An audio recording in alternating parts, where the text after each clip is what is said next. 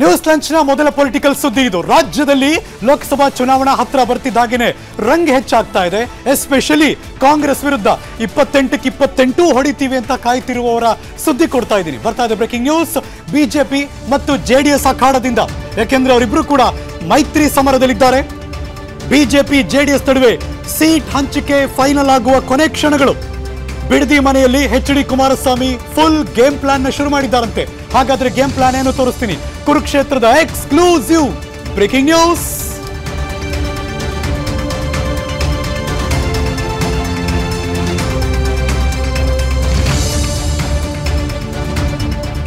BJP JDS ನಡುವೆ seat ಹಂಚಿಕೆ ಕೊನೆ ಕ್ಷಣದ ಬೆಳವಣಿಗೆಗಳಾಗ್ತಾ ಇದೆ. ಜೆಡಿಎಸ್ಗೆ 3, ಬಿಜೆಪಿಗೆ 25 ಸ್ಥಾನ ಅಂತ ಒಂದು ಹಂತಕ್ಕೆ ಫಿಕ್ಸ್ ಆಗೋ ಲಕ್ಷಣ ಕಾಣಿಸ್ತಾ ಇದೆ. 3 ಕ್ಷೇತ್ರಗಳ ಆಯ್ಕೆ, ಅಭ್ಯರ್ಥಿಗಳ ಆಯ್ಕೆ ಕಸರತ್ತು ನಡೀತಾ ಇದೆ. ಸಮಾವೇಶಕ್ಕೆ ಜೆಡಿಎಸ್ನವರು ಪ್ಲಾನ್ ಮಾಡ್ಕೋತಿದ್ದಾರೆ. ಬಿಡದಿ ಮನೆಯಲ್ಲಿ ಎಚ್.ಡಿ. ಕುಮಾರಸ್ವಾಮಿಯವರು ಫುಲ್ ಗೇಮ್ ಪ್ಲಾನ್ ಶುರು ಮಾಡಿದ್ದಾರೆ. 3 ಕ್ಷೇತ್ರಗಳ ನಾಯಕರ ಜೊತೆ ಪ್ರತ್ಯೇಕವಾಗಿ ಪ್ರತಿದಿನ ಮೀಟಿಂಗ್ ಮೇಲೆ ಮೀಟಿಂಗ್ ಮಾಡ್ತಿದ್ದಾರೆ.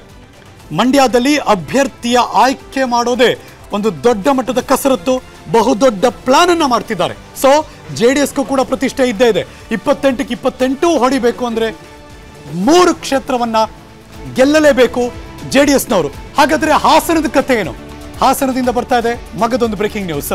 ಹಾಸನದಲ್ಲಿ ಈಗಾಗಲೇ MP ಇರೋರು ಪ್ರಜ್ವಲ್ ರೇವಣ್ಣ ಅವ್ರನ್ನ ಕಣಕ್ಕಿಳಿಸೋದಕ್ಕೆ ಶತ ಪ್ರಯತ್ನವನ್ನ ಮಾಡ್ತಿದ್ದಾರೆ. Breaking news number 2.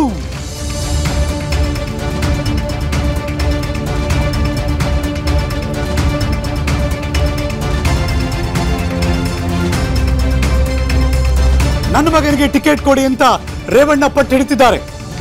H D. Kumaraswamy BJP ಸರ್ವೆಯಲ್ಲಿ ಪ್ರಜ್ವಲ್ ರೇವಣ್ಣ ವಿರುದ್ಧ ನೆಗೆಟಿವ್ ಬಂತು. ಅಭ್ಯರ್ಥಿ ಬದಲಾವಣೆಗೆ ಕುಮಾರಸ್ವಾಮಿ ಅವರು ಚಿಂತನೆ ನಡೆಸ್ತಾ ಇದ್ದಾರೆ.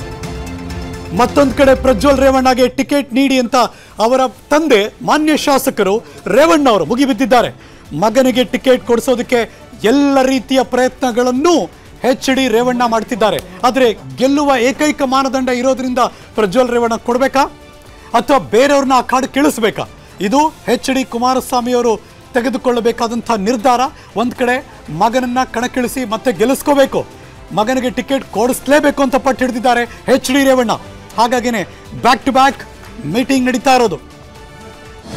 ಅನುಕ್ಷಣದ ಸುದ್ದಿಗಳಿಗಾಗಿ ವಿಸ್ತಾರ ನ್ಯೂಸ್ ಯೂಟ್ಯೂಬ್ ಚಾನೆಲ್ ಸಬ್ಸ್ಕ್ರೈಬ್ ಮಾಡಿ. ಹೊಸ ಸುದ್ದಿಗಳ ನೋಟಿಫಿಕೇಶನ್ಗಾಗಿ ಬೆಲ್ ಐಕಾನ್ ಕ್ಲಿಕ್ ಮಾಡಿ. ಲೇಟೆಸ್ಟ್ ಅಪ್ಡೇಟ್ಸ್ಗಾಗಿ www.vistaranews.com ವೆಬ್ಸೈಟ್ಗೆ ವಿಸಿಟ್ ಮಾಡಿ. ಅಂಗೈಯಲ್ಲೇ ಜಗತ್ತಿನ ಸುದ್ದಿ ತಿಳಿಯಲು ವಿಸ್ತಾರ ನ್ಯೂಸ್ ಕನ್ನಡ ಆಪ್ ಡೌನ್ಲೋಡ್ ಮಾಡಿ.